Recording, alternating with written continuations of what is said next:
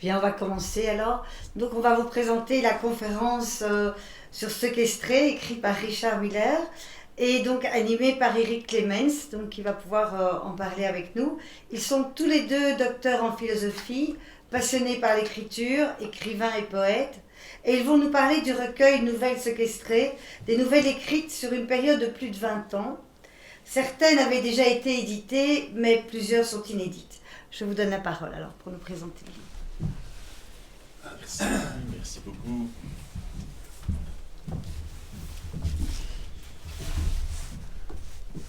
Oui. Mais, sans doute que vous connaissez tous Richard Miller, mais tout de même, je voudrais en préambule souligner quelque chose que vous ne savez peut-être pas sur lui. Ton existence, cher Richard, est celle d'un proté qui n'a rien à envier aux héros de la mythologie. Tour à tour, tu as été et tu es un homme de pensée et un homme d'action. Plus spécifiquement, conseiller d'un parti qui est ton envers, au moins par les initiales. Il y a MR, mais RM, jamais autant. Et puis, tu as été ministre de la Culture, échevin, député, théoricien politique, à l'occasion inspirateur, sinon rédacteur de discours officiels. Entre-temps, docteur en philosophie, penseur de l'art, en particulier de Cobra, récemment éditeur du CEP, initiale de création Europe Perspective, et concepteur d'une revue, Eulenspiegel, elle-même multiple, de géostratégie et de littérature, de critique et de philosophie, en même temps que directeur, avec Fabienne Avaux, à qui on doit l'illustration de ce livre, d'une galerie d'art hyperactive en passe de devenir un centre culturel majeur dans la région de Mons. Et je n'insiste pas sur ta vie aimante et familiale de père et de grand-père. L'homme pressé, tu l'es au double sens de la vitesse et de la pesée. Mais en même temps, cet homme pressé, il cache et il montre pourtant l'essentiel. Une sensibilité à fleur de peau, doublée d'une jovialité intarissable, vous allez bientôt le voir, et triplée par une intelligence dévorante de curiosité et de pénétration. Voilà, ça c'est pour te présenter tout de même. Bon, cependant, à travers tout cela, le plus fort, c'est que depuis 30 ans au moins, tu es écrivain, tu écris des nouvelles qu'aujourd'hui enfin tu te décides à publier. Ces nouvelles commencent à s'étonner qu'elles soient elles-mêmes protéiformes et qu'elles nécessitent une lecture labyrinthique. Mais cela pose une question. Proté s'est-il métamorphosé en Thésée dont l'écriture, selon Ariane, le délivrera de ses hantises ? En tout cas, ce que tu nous livres, n'est-ce pas pour te, sinon nous délivrer ? Nous délivrer de l'angoisse en premier, car c'est ainsi que m'impressionnent au premier choc tes nouvelles, entre intense dramatisation et contagion émotive, sur fond de souvenirs borains. Autrement dit, qu'est-ce qui t'a poussé à écrire et que livres-tu de cette poussée ? Le titre de ton livre privilégie celui d'une des nouvelles, Séquestrées, et il évoque celui de la pièce, ce titre évoque celui de la pièce de Sartre, des Séquestrés d'Altona, à côté d'autres références théâtrales comme Strindberg et aussi cinématographiques comme Pasolini. Mais je crois que cette référence ou ces références sont secondaires, sinon superficielles. Car cette image de l'enfermement, qui est dans le mot séquestré, sinon de l'engorgement justement, renvoie encore à l'angoisse. Sauf que tes récits n'oublient jamais le pendant de l'angoisse, de la crainte, de la peur tragique, à savoir la pitié, la souffrance, la misère des autres et par-dessus tout l'amour. Et de la sorte, les fonds de ton désir d'écrire, eux aussi, apparaissent protéiformes. Ces fonds à la fois au sens de fondement et de réserve. Où puise et plonge ton écriture ? Comment les vois-tu toi-même un peu à distance ? On commence donc par cette question de fond. Bon, tout d'abord, je te remercie beaucoup, Eric, de cette introduction et de ce rappel des multiples facettes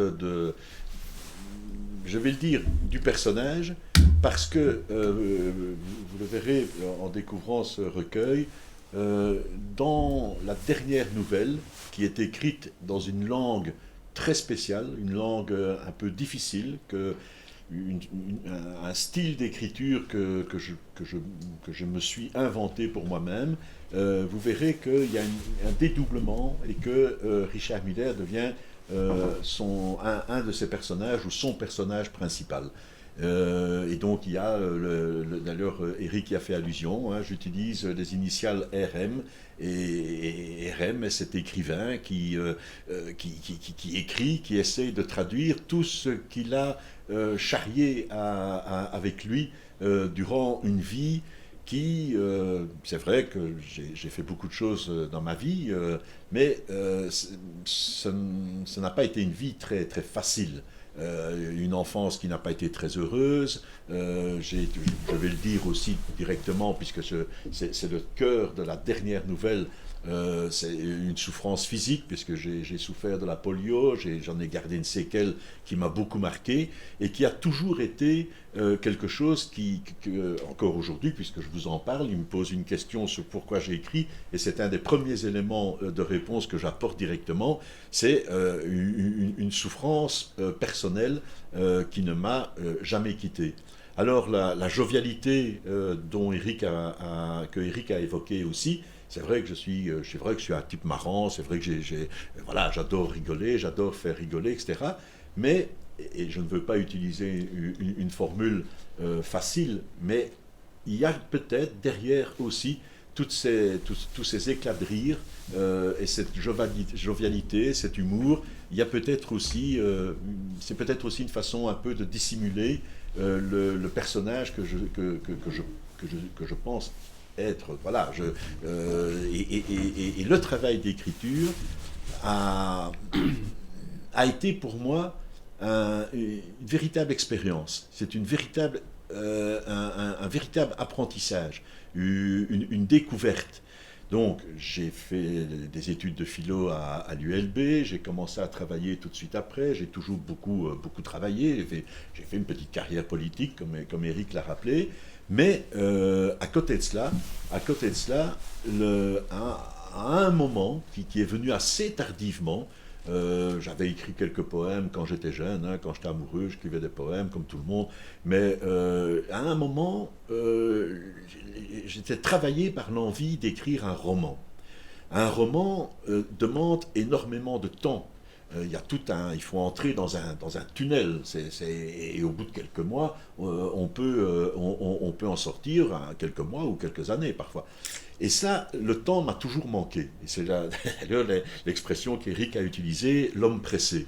L'homme pressé parce que j'ai toujours lutté contre le temps, parce qu'il fallait travailler, il fallait nourrir ma famille, enfin, etc., etc. Et à un moment donné, dans les années 90, tout d'une fois, j'ai cherché l'idée d'un roman, elle n'est jamais venue, et puis tout d'une fois, j'ai commencé à trouver l'espace d'écriture qui me correspondait, à savoir celui de la nouvelle. La nouvelle me permettait d'exprimer des choses profondes, des choses peut-être des réflexions ou des sentiments, des émotions ressenties dans un espace limité. Cette notion d'espace a beaucoup d'importance pour les nouvelles. Quelqu'un qui écrit une nouvelle sait cela. Excuse-moi de t'interrompre, parce que je ne pourrais plus jamais passer une question si tu as déjà tout présenté. Ah non, je voudrais d'abord qu'on reste sur la question du fond, c'est-à-dire, par exemple, par le titre. Pourquoi ce titre de séquestré? Mais on va revenir à ce que tu dis là, hein, sur la nouvelle et le roman et le rapport entre les deux. Alors, sur le fond, il y a entre ces nouvelles qui sont, je vais quand même vite le dire, de tailles différentes, donc il y a parfois un grand espace, parfois un petit espace, il y a des fils ténus qui passent d'une nouvelle à l'autre, mais il y a des constantes.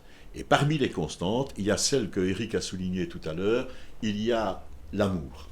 Je crois qu'il n'y a pas de nouvelle dans ce texte dans laquelle l'amour n'est pas présent. L'amour sous toutes ses formes. L'amour, avec tout ce que cela représente de tension, de péripéties, avec tout ce que cela représente d'aventure pour chacune et chacun d'entre nous. L'amour, c'est quand même la grande aventure de notre vie, qui peut se répéter, qui peut se désagréger, etc. En fait, ce livre est un livre d'amour. Séquestré. Ah oui, séquestré. Et pourquoi ? Parce que, curieusement, nous sommes... Parfois, on parvient à le désarçonner. Hein. C'est très rare, mais il y a parfois où il parvient. Je ne sais pas si on est filmé, mais on a vu le mouvement. Pourquoi ? Parce que, curieusement, cette grande aventure de notre vie qu'est l'amour, on y est condamné.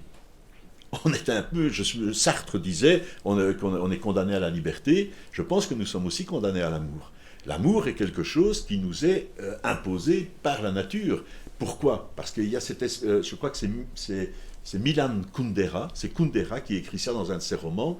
Il dit c'est quand même une des idées les plus bizarres que le Créateur a eues de lier l'amour à la sexualité. Et donc, vous avez ce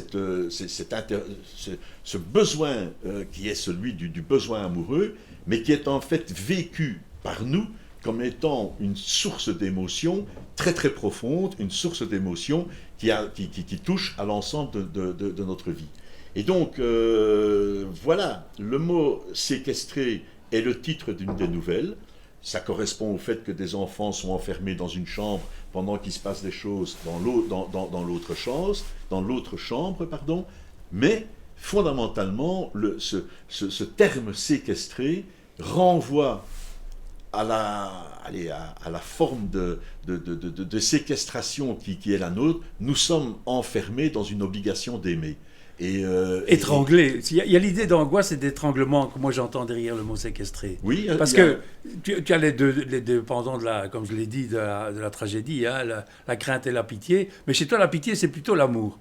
Et donc, oui. Mais entre les deux, cette crainte vient vraiment angoisser, quoi. Et c'est ça le sens pour moi de séquestrer, mais je me trompe peut-être. Non, il y a ça. Le terme permet justement pas une polysémie, mais en tout cas, le terme permet, on peut l'entendre de différentes façons. C'est aussi, je crois, tout simplement, beaucoup plus humblement, c'est aussi la raison pour laquelle Sartre l'a utilisé. Sartre a écrit cette fameuse pièce « Les séquestrés d'Altona ». Il l'utilise dans d'autres textes, notamment à propos du Tintoret. Il a écrit un grand texte sur Tintoret qui s'intitule « Le séquestré de Venise ». Donc la séquestration, je crois, est entendue comme cela aussi. Mais ce qui est intéressant, tout ce que tu dis est intéressant, mais il y a un point qui est relevé davantage, c'est que en fait, si l'amour est une forme de condamnation, une forme de séquestration, quelque chose à laquelle nous sommes contraints, en même temps, c'est vrai, dans plusieurs de ces textes, dans plusieurs de ces nouvelles, je ne parle pas de pitié, c'est l'amour qui vient prendre la place de la pitié. Il y a donc quelque chose dans l'amour qui nous sauve. Il y a quelque chose qui nous sauve dans le fait d'aimer quelqu'un. Et cet amour, donc, est présenté parce que souvent les personnages sont confrontés à des situations douloureuses, à des situations qui parfois sont difficiles à vivre. Et ce qui vient sauver la personne, ce qui vient sauver finalement la vie des personnages, c'est ce sentiment amoureux, mais dans lequel il y a une part de pitié. D'où, dès là, parfois, on peut se poser des questions en se disant, tiens, est-ce que c'est vraiment le rôle de l'amour d'être ce sentiment de pitié que l'on éprouve vis-à-vis de quelqu'un ? Peut-être pas. Et il y a une nouvelle qui s'intitule Claire. Claire souffre d'un handicap à la jambe, elle rencontre un garçon, il y a une histoire d'amour qui se tisse entre les deux, et Claire a très très très peur de la réaction qui va être celle du garçon quand il va voir le fait qu'elle a une jambe handicapée, etc. Voilà. Et le garçon, il y a une phrase qui dit que il sait très très très bien qu'il peut la faire horriblement souffrir. il suffirait qu'il témoigne d'une forme de rejet par rapport au handicap de cette personne pour qu'elle soit condamnée ad vitam aeternam à souffrir. Et il ne le fait pas. Alors évidemment, on peut le lire en se disant « il ne le fait pas parce qu'il l'aime », mais on peut aussi le lire « il ne le fait pas par pitié ». Et donc on ne sait pas ce que vont devenir Claire et son amoureux. Et donc, si tu permets encore juste un mot à ce sujet, j'ai déjà pensé à une suite à cette nouvelle, de reprendre les deux personnages longtemps plus tard et dire ce qu'il en est advenu. Mais alors, ça pourrait devenir un roman, etc. Donc, mais j'aime bien insister là-dessus, parce que c'est ça qui est extraordinaire avec le fait d'écrire de la fiction, d'écrire des histoires inventées, fictives.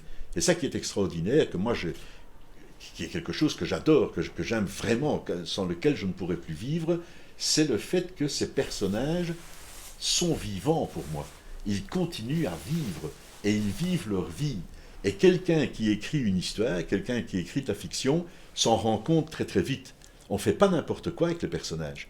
Une fois qu'on commence à tracer, à mettre un peu comme lorsque Dieu crée Adam, après il ne fait plus n'importe quoi avec Adam. Adam vit sa vie. Un personnage de roman, de fiction, c'est la même chose. On n'en fait pas n'importe quoi. Et donc ces personnages continuent. Parfois, ils réapparaissent d'une nouvelle à l'autre. Oui, tout à fait. Ça me fait penser à moi, quelque chose qui m'a toujours frappé, un écrivain qui commence à être un peu oublié, même Mauriac, Thérèse Desqueyroux, il en fait un roman, puis il a fait une nouvelle, et puis après il en fait encore une seconde nouvelle. Donc c'est assez... Parce que ce personnage le hante et le dépasse, c'est ce qui, j'espère, va t'arriver. Ce qui m'amène à cette question sur le genre de la nouvelle, et par rapport au genre du roman. Les règles habituelles de la nouvelle, tu sais comment on les définit, c'est un récit issu de l'imagination, jusque-là rien de spécial, écrit de façon littéraire, d'accord, mais bref et concis, relatant une action unique, en un temps restreint, et tournant autour de peu de personnages, et surtout centré sur un seul personnage qui se transforme. Ainsi, une nouvelle implique un univers concentré. Contrairement au roman, tu ne sembles pas, n'oubliez pas la figure de Protet, tu ne sembles pas avoir toujours suivi cette voie classique de la nouvelle. Certaines sont à peine plus qu'un flash, donc beaucoup moins que la nouvelle. Un fantasme comme celui décrit dans Mantes, qui immobilise une situation. D'autres, au contraire, esquissent une sorte de roman, comme Le Brûlé, comme Séquestré, on en a déjà parlé, ou La Prodigieuse, pour moi, j'aimerais qu'on en parle un peu plus, Joël. Qui conjugue à la fois vertige amoureux, érudition sensible, incroyable, ton érudition à travers cette nouvelle, et réflexivité parce que tout tourne autour de l'idée d'un mythe, le mythe de l'invisible, et donc du doublement aussi, c'est-à-dire d'Eros et de Thanatos, du désir et de la mort. Donc voilà, d'où ma question. Pourquoi t'en tiens-tu à ces non-nouvelles courtes et à l'autre bout à ces non-romans courts? Et surtout après, essayons d'entrer dans Joël. Alors, tout à l'heure je l'ai dit, cette notion d'espace a été très importante dès le début pour moi, parce que s'il n'y avait pas eu cet espace restreint de la nouvelle telle dont Éric vient de rappeler la définition, c'est-à-dire quelques pages, un personnage, le récit d'un événement qui est arrivé. S'il n'y avait pas eu ça au départ, je crois que je n'aurais jamais pu vraiment écrire. Mais, je l'ai dit aussi, il y a chez moi la tentation du roman. Qui n'est pas, c'est pas simplement dire j'aimerais bien écrire un roman, voilà, j'ai pas l'idée. Non, moi j'ai vraiment été un écrivant contre le temps. Voilà, j'ai écrit des nouvelles pendant des réunions de travail, etc., etc. Donc j'ai eu une vie terriblement occupée, terriblement active. Donc la notion de lutte contre le temps à travers un espace restreint d'écriture était essentielle.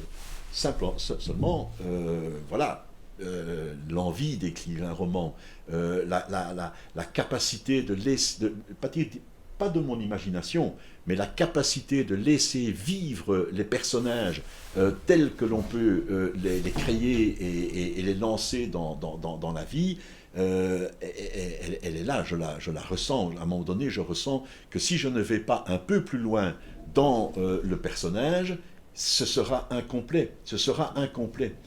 Alors, il y a effectivement une approche qui est par exemple celle de Tchekhov. Tchekhov, quand il écrit des nouvelles, définit la nouvelle en disant si au début de la nouvelle, vous dites qu'il y a un fusil accroché au mur de la cheminée, il faut à un moment donné, à la fin de la nouvelle, que le fusil ait servi à quelque chose. Donc ça veut dire il ne peut rien y avoir de trop. Il y a une autre tendance, et évidemment, c'est dans celle-là que moi je m'inscris. Il y a une tendance à créer une sorte aussi de labyrinthe pour le lecteur, et donc de l'emmener sur des terrains autres, sur lesquels finalement il ne va rien se passer, mais qui pendant tout un temps vont faire que le lecteur est emporté, et ça me permet d'aller le reprendre à la fin en lui disant d'une certaine façon, oh là, doucement, l'histoire que je vous raconte, c'est pas celle que vous croyez pour le moment. L'histoire que je vous raconte, c'est celle qui a démarré au début, quand je vous ai dit que telle femme ou tel homme, etc., etc. Et donc, il y a beaucoup d'éléments comme ça. La première nouvelle, par exemple, Tadeusz, est une histoire d'une femme qui vit très très mal sa condition de femme. Je passe les détails. Et il y a une rencontre avec un homme à un moment donné, mais cette femme a une très grande connaissance de la littérature européenne et tout. Et donc elle est engagée pour travailler dans un projet européen, sur la culture européenne. Et donc je pars là-dedans. Et donc il y a une description d'une séance parlementaire, d'une commission parlementaire sur la culture européenne. Et puis en une page et demie, tout à la fin, je reviens en disant, oh là, ce qui intéresse, c'est cette femme, c'est pas ce qui va se passer au niveau européen, etc. Et ça arrive dans plusieurs nouvelles.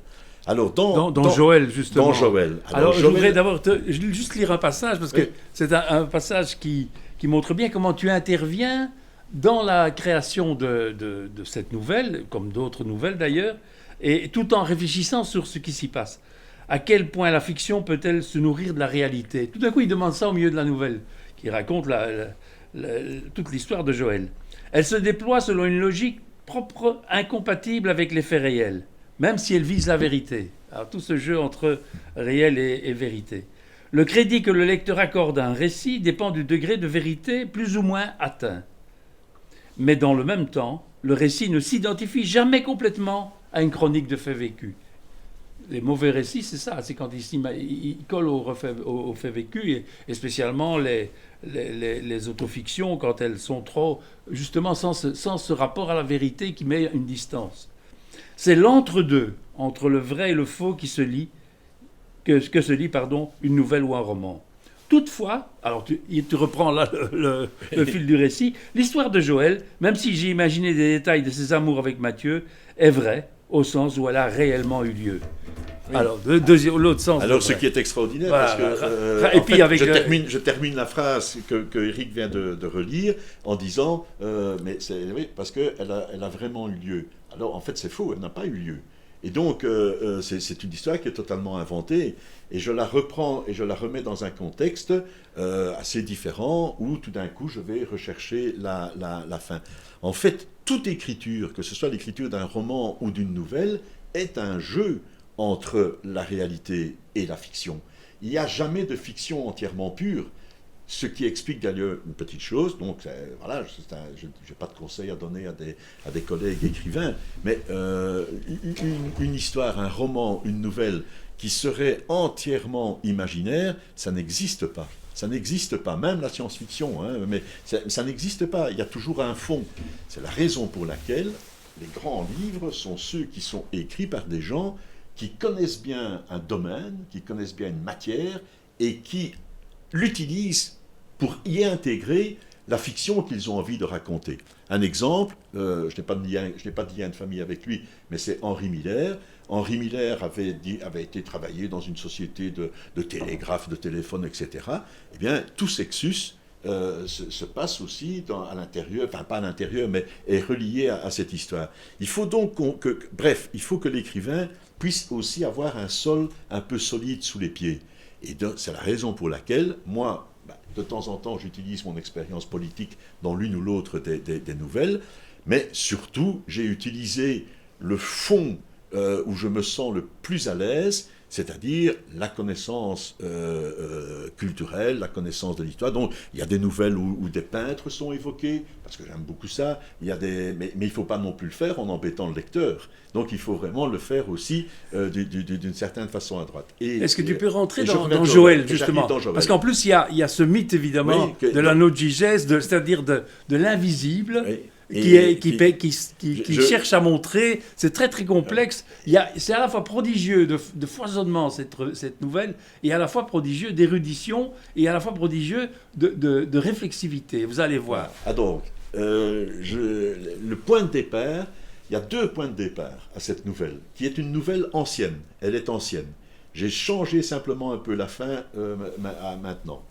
Il y a 2 points de départ. Il y a tout d'abord mon expérience d'étudiant à l'université, et il y a une connaissance de la mythologie, de la philosophie grecque à travers le mythe de Gygès. Alors je vous rappelle le mythe de Gygès. Qu'est-ce que c'est? Gygès est un roi tellement amoureux de la beauté de sa femme, du corps de sa femme, qu'il veut absolument faire partager cet amour aux autres. Mais bon, il n'y a pas n'importe qui. Et finalement, il prend un ami, un serviteur en qui il a confiance, et il l'introduit dans la chambre de sa femme, quand sa femme va se déshabiller, pour qu'il puisse la voir nue et se rendre compte de sa beauté. Alors, voilà, il y a tout ce jeu qui est là, et qui renvoie à un mythe qui est celui de l'invisibilité, qui permet à quelqu'un d'entrer dans une chambre, d'entrer dans l'intimité de personne, parce que lui-même est invisible et peut voir les gens dans leur quotidien se déshabiller, nus, enfin, etc. etc. Une figure de l'écrivain. Une figure de l'écrivain, puisque l'écrivain, lui, moi je suis assis à mon bureau, je n'entre pas dans la chambre d'une personne, mais j'entre dans la chambre de mes personnages et de leur nudité. Et donc, il y a cette dimension qui a été traitée par plusieurs grands écrivains, et celui qui a le mieux utilisé le mythe, c'est Platon. Mais il y a aussi André Gide, enfin voilà. Et tout ça, j'ai recherché la façon dont le mythe avait été utilisé. Et j'en fais le sujet de mémoire d'un étudiant qui termine ses études en philosophie, qui rencontre une jeune fille qui s'appelle Joël. Il en tombe fou amoureux. Tous les deux sont vraiment... je trouve c'est une très belle histoire d'amour. Ouais.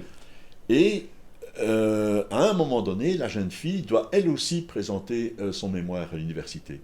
Et là, le directeur de mémoire, c'est un professeur d'un certain âge, d'un certain charme aussi, etc., qui est présenté assez rapidement. Mais enfin, et je n'entre pas dans le détail. Donc dans le texte, je n'entre pas dans le détail de leur relation, un petit peu mais pas beaucoup. Pourquoi? Parce que je voulais que tout d'un coup ça tombe comme un coup près, on ne s'y attend pas. À un moment donné, on apprend que Joël couche avec le professeur et qu'elle trahit complètement le garçon qui est amoureux, Mathieu, je crois, qui est un jeune garçon amoureux comme on peut l'être quand on est jeune étudiant, etc. Et le lecteur ne s'y attend pas, ça tombe comme un coup près. Et il y a un dédoublement avec un autre personnage. Un dédoublement parce que je me suis senti un peu, il manquait quelque chose dans cette histoire, et notamment le fait que le mythe de Gygès est aussi un mythe très pictural, très très pictural. Il y a peu de peintres qui ont peint ce sujet. Mais la femme nue dans l'atelier du peintre et que le spectateur peut voir, c'est un fondement même de la peinture. Donc c'est un mythe triplé. Et il me manquait quelque chose. Et donc il y a un jeune garçon qui était ami de Joël avant qu'elle rencontre Mathieu. Et il en est vraiment amoureux. Voilà, mais lui c'est un petit pauvre, c'est un petit réfugié. Enfin, je ne sais plus comment je le présente. D'origine marocaine. Il est d'origine marocaine, Oui, etc. Oui. Et lui, il est amoureux de Joël. Il la suit, et lui, quand il est à un moment donné à un endroit, il voit Joël nu avec le professeur. Et lui sait, donc comprend ce qui se passe. Et puis il dit rien, il disparaît, etc. Et la fin, il y a une rencontre tout à fait inattendue aussi, à un certain moment au Maroc, lors d'une mission politique au Maroc. Tout d'un coup, Mathieu qui est avec nous, dont je dis qu'il est avec moi, voilà, on est tous en mission. Tous nous, hein, c'est l'engorgement complet là. Ah oui, donc c'est tout le romancier, les personnages sont tous là. Oui. Et à un moment donné, Joël voit un jeune homme, un jeune Marocain, puis qui dessine, et en fait c'est ce petit garçon, ce jeune adolescent qui l'aimait. Et alors Mathieu regarde, et en voyant les dessins, il comprend que pour faire ces dessins-là, il était impossible de les faire sans avoir vu la nudité de Joël et sans avoir vu Joël avec le professeur. Et donc c'est l'effondrement total. Voilà. Et donc ça, Joël est un ensemble d'érudition et en même temps de tensions amoureuses entre les personnes. Et de réflexion sur ce qu'est l'écriture et le roman et le romancier. Ou le novelliste plutôt. Mais vous voyez bien qu'on attend avec impatience, sinon d'autres nouvelles bien sûr, mais aussi un roman de notre ami Richard. Bon alors, sur 30 ans, ton écriture a changé. Mm-hmm. Au départ, elle produit des phrases brèves, actives, presque précipitées, qui sécrètent une émotion brute, crue même, souvent beaucoup de crudité, peut-être marquée dans la phrase, pas dans l'imagination, parce que ton imagination est toujours débordante, mais peut-être marquée dans la phrase par une objectivité du type nouveau roman. Mais ça ne dure pas. Par la suite, tu les mets parfois au service d'un récit touffu, enchevêtré, multiple, balsacien, souvent par la saisie des illusions et des désillusions, souvent érudit, donc, on vient encore de le voir, de façon inattendue. Et entre-temps, tu esquisses même un cycle, vous voyez, il y a une variété dans ce livre, tu esquisses un cycle de 4 nouvelles autour de la figure d'un inspecteur plus ou moins simenonien, mais tout de même différent, Marietti, où perce l'énigme du double, de nouveau, la question du double. Et enfin, on va finir par là, mais tu voudras peut-être parler de Marietti avant, enfin, dans ta dernière nouvelle, Moël Rital, qui ouvre une descente aux enfers biographiques, le rythme et la déferlante des mots, alors c'est tout à fait différent dans l'écriture, prend le pas sur la phrase et laisse surgir la voix sauvage d'une angoisse protéiforme, encore et toujours, ce que Lacan nomme la langue, en un mot. C'est-à-dire un mot qui désigne, donc le la coincé dans la langue, quoi. Un mot qui désigne cette voix d'avant le langage formé, une voix de fond inconscient, une voix en formation. Bon, je vais y revenir à ça, mais peut-être d'abord un mot sur Marietti. Oui. Encore un tout petit mot, si tu le permets, à propos de Joël. À propos de Joël. Ah oui, d'accord. Parce que vous pouvez peut-être le lecteur peut être surpris à un moment donné. Et c'est vrai que quand on y repense, quand on relit, quand moi-même j'ai relu le texte, je trouve que c'est quand même assez violent. On est tellement emporté, le lecteur est tellement emporté par l'amour qu'il y a entre Mathieu et Joël, entre ces deux jeunes étudiants, que le lecteur ne s'attend pas du tout à ce qu'à un moment donné, sans explication, elle se jette dans le lit du prof. Voilà, c'est comme ça. Et c'est très étonnant parce que donc je l'ai écrit ainsi, il y a des années, ben voilà. Quand j'ai juste ajouté récemment cette partie avec le jeune Marocain, mais ça ne change rien à la décision de Joël. Et j'ai peut-être, après coup, longtemps après, trouvé pas une explication, mais en tout cas un élément de réflexion à ce sujet chez Kierkegaard. Kierkegaard dit les grandes décisions, en fait, sont celles auxquelles on ne s'attend pas. Et ce sont des décisions qui emportent notre vie, et ce sont des décisions qui dépassent complètement la morale. Et c'est là, dans ce moment où il y a cette décision qui est prise, qui va à l'encontre, vraiment, on fait pratiquement le contraire de ce qu'on aurait toujours pensé faire. Et c'est là que se jouent les grandes émotions et où la morale n'intervient pas. Donc voilà. Alors maintenant, quelques mots par rapport à Marietti. Je vous l'ai dit tout à l'heure, les personnages, et ça c'est aussi amusant quand on écrit des nouvelles, c'est qu'il y a quand même plusieurs textes, il y a plusieurs histoires, il y a plusieurs couloirs dans tout ce labyrinthe. Et Marietti m'est arrivé en tête il y a aussi longtemps. La toute première nouvelle date déjà d'il y a longtemps. Je travaillais à Namur, j'étais fonctionnaire à Namur. Et le midi, comme tout le monde, j'allais manger mes tartines et puis je me promenais. Et il y a des coins de Namur qui sont, comme tu disais très bien Eric, très simenoniens. Voilà, maison un peu vieille, etc., etc. Et à un moment donné, devant une maison, je m'en souviens, je vois encore où elle est, les volets étaient fermés et tout. Tout d'un coup, j'ai pensé qu'il pouvait se passer derrière ces volets quelque chose d'étonnant, quelque chose que la raison ne peut pas comprendre et qu'on ne le saurait pas à cause des volets fermés. Et petit à petit est arrivé ce personnage, un jeune inspecteur, Jacques Marietti, qui est confronté au fait qu'une femme a été agressée chez elle et que quelqu'un a essayé de lui trancher les mamelons. Et on ne sait pas pourquoi, voilà, c'est comme ça, etc. Et Marietti est un peu étonné. Et alors quelqu'un, un jour, va trouver le commissaire en disant, voilà, j'ai quelque chose à dire au sujet de cette affaire. Et le commissaire l'envoie vers le jeune inspecteur Marietti en disant, c'est lui qui s'en occupe. Elle va près de lui et elle lui dit, écoutez, c'est une jeune femme.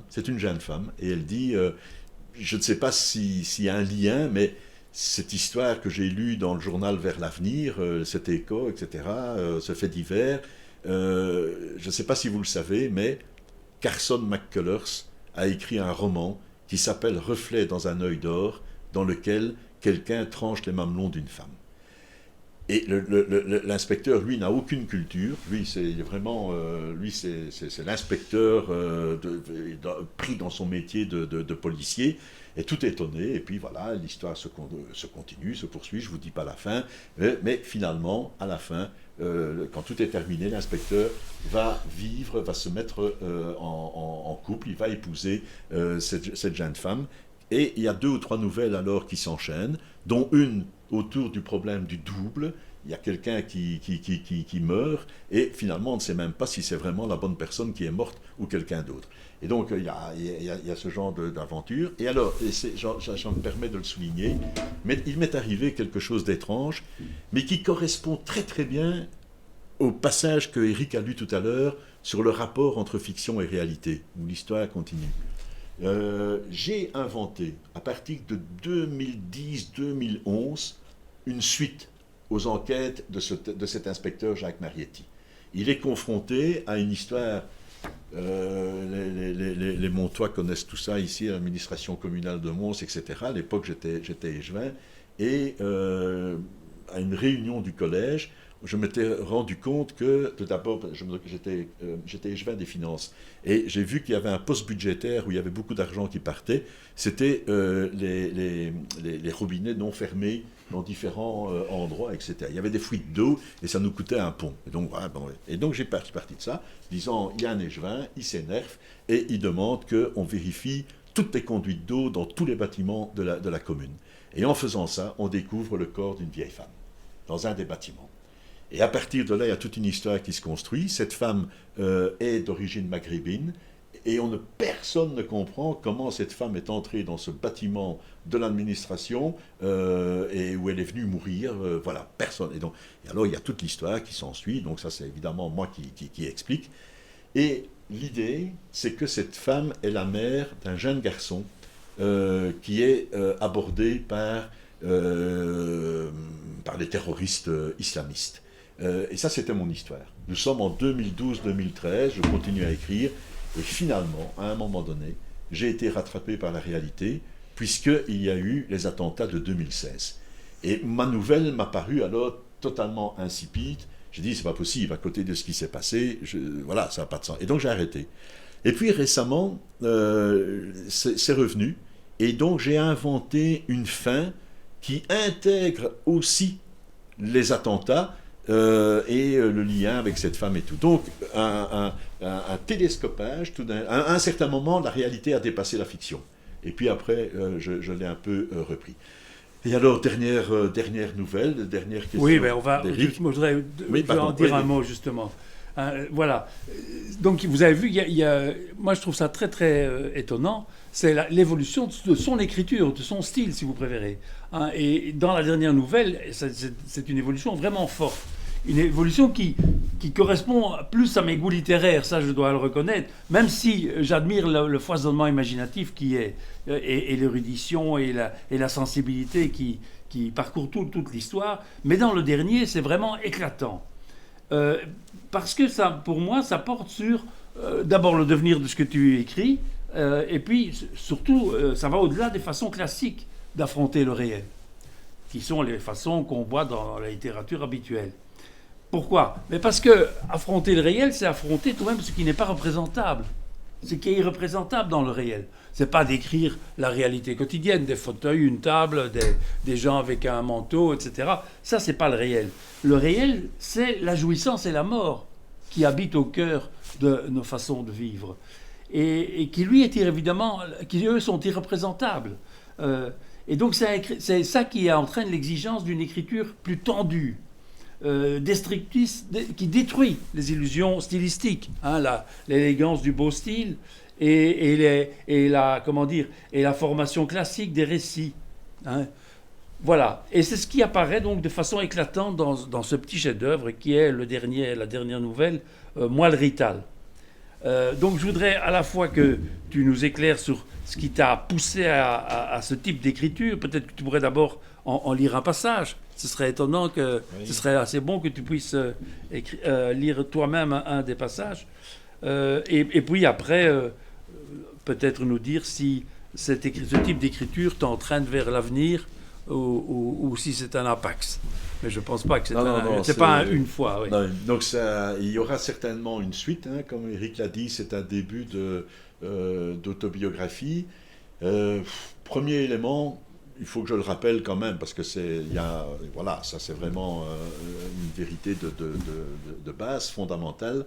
Je l'ai dit tout à l'heure en passant, je ne veux pas faire de misérabilisme, mais c'est vrai que je n'ai pas eu une enfance très, très, très heureuse, on peut le dire comme ça. Et donc, il y a des choses que j'ai vécues dans un milieu assez particulier, assez difficile. Et je n'ai jamais vraiment réussi à l'exprimer. Et donc, une nouvelle, oui, j'aurais pu écrire des nouvelles sur des gens que j'ai connus dans cette situation, mais ça n'est jamais venu. Ça n'est jamais venu, peut-être de la pudeur, peut-être une réserve, enfin voilà. Et puis à un moment donné, Éric a totalement raison de le souligner, Éric, dont j'ouvre une petite parenthèse, Éric, philosophe, écrivain, très rigoureux, mais Éric, à mes yeux, est quelqu'un qui a joué un rôle considérable pour moi, parce que, après mes études, il m'a fallu longtemps, pour pouvoir présenter le doctorat en philosophie dont j'avais toujours rêvé. Et c'est en lisant un livre d'Éric, La fiction et l'apparaître, que tout d'un coup, au détour d'une phrase, paf, le déclic s'est fait. Et donc, pour moi, Éric reste l'homme des tournants importants dans ma vie. Ben, bref. Et alors, parce que tout à l'heure, il a un peu ri de moi, etc. Mais je pense qu'il va, lui aussi peut être touché. Alors, il m'est arrivé, alors, tout d'un coup, c'est venu sans volonté a priori, c'est venu spontanément. Tout d'un coup, j'ai commencé à écrire autrement. Et j'ai écrit autrement, et alors, il m'est devenu possible de raconter ce que je voulais raconter. Alors, je vais vous lire un début, voilà. Ahannement sur le premier à 2 roues. Il est bleu. C'est le Tour que je pédale de France. Prendre à gauche, rester sur les trottoirs, prendre à droite, chaussée, vers l'arrêt, bus Saint-Antoine, le bidon d'eau attaché par un élastique. Je m'asperge, entre parenthèses, de ce mot légume, asperge, la tête et la nuque. Nouveau départ vers l'arrivée finale. Je me, écrit en grand, souviens, le dimanche était à l'après-midi et le saisomètre à l'été. Comment s'appelait la rue? Il faudrait retourner pour y voir. Je pédale. La remonte en longeant le mur long de briques noires. L'odeur 50 années et plus passées m'imprègne encore tout aussi soudainement nauséeuse. Pièce de viande pourrie dans son papier de boucherie à carrés rouges et blancs jetés le long des briques noires, avant-goût de la charogne poétique, la pestilence de mon enfance d'enfant brisé, tombé dans le pot de miélite, dans le polio de miélite, enfant qui plus jamais, etc., etc. Oui, c'est ça le chaos de la langue quand elle prend forme. Et c'est ça qu'il retrouve pour donner ce qui est vraiment à l'origine, alors le fin fond de ce qui nous fait écrire, et que j'appelle l'irreprésentable. Et on voit bien, parce que c'est là-dedans que va se nouer à la fois cette envie d'amour, mais en même temps une jouissance, y compris à travers les malheurs, à travers la souffrance.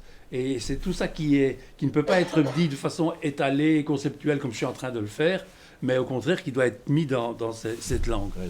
Et donc c'est un texte qui demande vraiment à être lu et relu. Hier, il y avait un petit débat ici j'avais un débat avec Philippe Reynard qui me disait qu'il l'avait déjà lu 3 fois et que plus il le lisait, plus il découvrait, plus les portes s'ouvrent. Alors normalement, il devrait y avoir une suite parce que je m'arrête à un certain moment. Ce moment est un moment un peu dramatique d'ailleurs. Mais donc ça n'apparaît pas. Ce n'est pas raconté de la façon dont je vais vous le dire maintenant. Il faut avancer étape par étape dans cette construction de l'écriture, mais je vous donne une ou deux clés. Pourquoi? Je vous les donne aussi parce que, et c'est la raison pour laquelle j'ai mis ce texte tout à la fin, moelle ritale. La moelle, c'est évidemment c'est ce qui est touché par la maladie, par la poliomyélite, et ritale, c'est parce que j'ai aussi des origines italiennes. Et donc, moelle ritale, voilà le titre.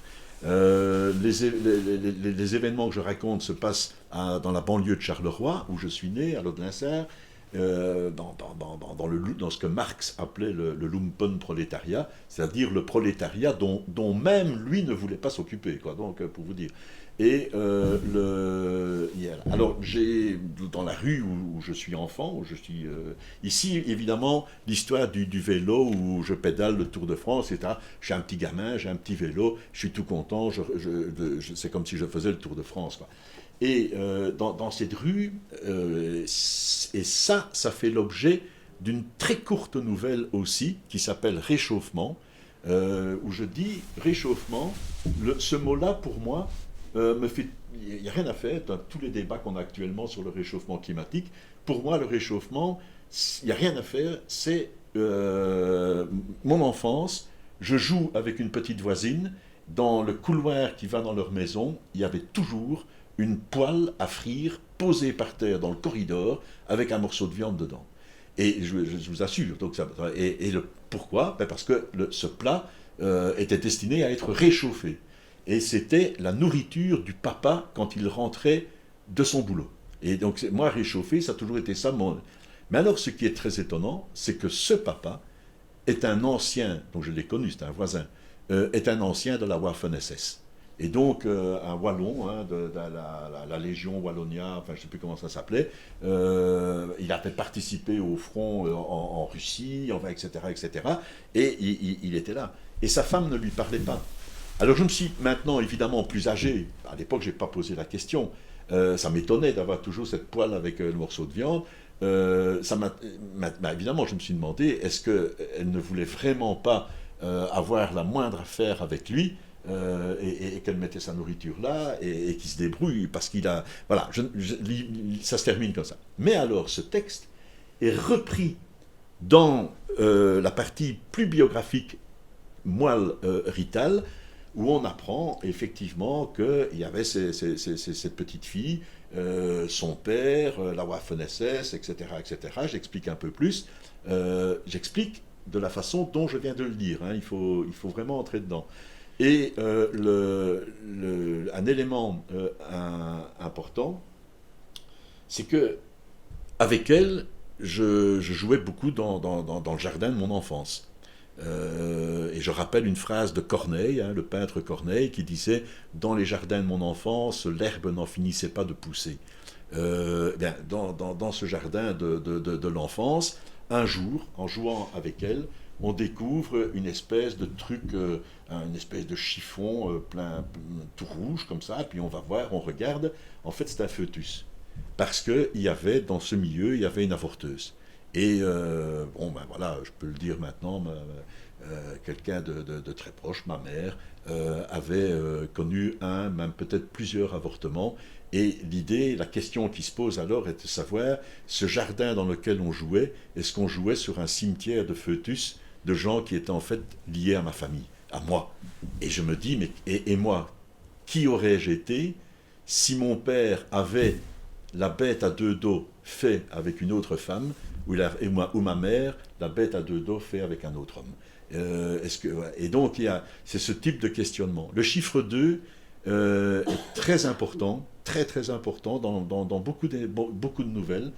Et j'ai eu une explication d'une écrivaine, Tilde Barboni, qui m'a donné une petite clé.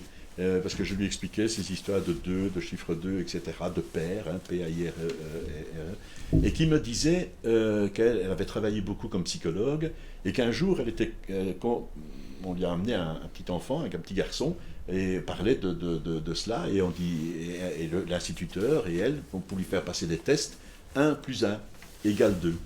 Et le petit garçon refusait 1 plus 1 égale 2. Et le petit garçon vraiment a rejeté les papiers, a piqué une petite crise, etc. Il voulait pas. Et alors finalement, en parlant, petit à petit, les choses se cassent. Et il dit non, 1 plus 1 égale 3. 1 plus 1 égale 3. C'est papa, maman et moi. Et donc c'est horrible quand on y pense, parce que ce petit garçon avait peur du chiffre 2 qui l'excluait. Et donc, mais ça, ce n'est pas dans le recueil, c'est une explication que Tilde Barboni m'a donnée récemment. Et le chiffre 2 est très important. Je pense que c'est un des grands mystères de la vie, d'ailleurs, de la formation des corps, le dédoublement des organes. Et il y a, dans le recueil, à un moment donné, une jeune femme qui est un peu, paralysée par pas paralysée, mais obsédée par le fait que elle n'a pas de poitrine, n'a pas de sein. Et ça l'a accompagnée pendant toute son adolescence, son enfance, etc. Et c'est un véritable problème. Et alors, finalement, avec tous les moyens modernes qui existent aujourd'hui, les progrès de la médecine esthétique, elle va chez un esthéticien pour se faire opérer de la poitrine. Et alors, ce qui est étonnant, c'est qu'elle va faire quelque chose à laquelle on ne s'attend pas. Elle ne va pas demander qu'on lui implante 2 faux seins, elle va demander un seul sein. Et pourquoi ? Eh bien parce qu'elle s'appelle Mante, et alors il y a toute une explication, etc. Et donc ça, c'est un côté un peu plus fantasmatique comme nouvelle. Hein. Celle-là est différente des autres. C'est pour ça qu'elle est brute, oui. Et ça tombe aussi, parce qu'on s'y attend elle est très brève, pas. Oui. Voilà. Mais bon, voilà. Je crois que... Oui, on a fait le tour. On a fait un tour, on n'a pas fait le tour du tout, mais j'espère que ça vous a donné la même admiration que moi pour... ce Proté, pour cet homme qui a tellement de dimensions et qui parvient par son imagination et son écriture à nous le communiquer dans ces nouvelles qui sont vraiment un trésor. Il n'y a pas d'autre mot. Merci. Merci beaucoup, Eric. Merci à vous d'avoir scienté tout. Donc, nous, avec Eric, maintenant, nous redescendons au stade 47, où vous êtes vraiment les bienvenus. Merci pour votre attention et votre amitié. Merci beaucoup.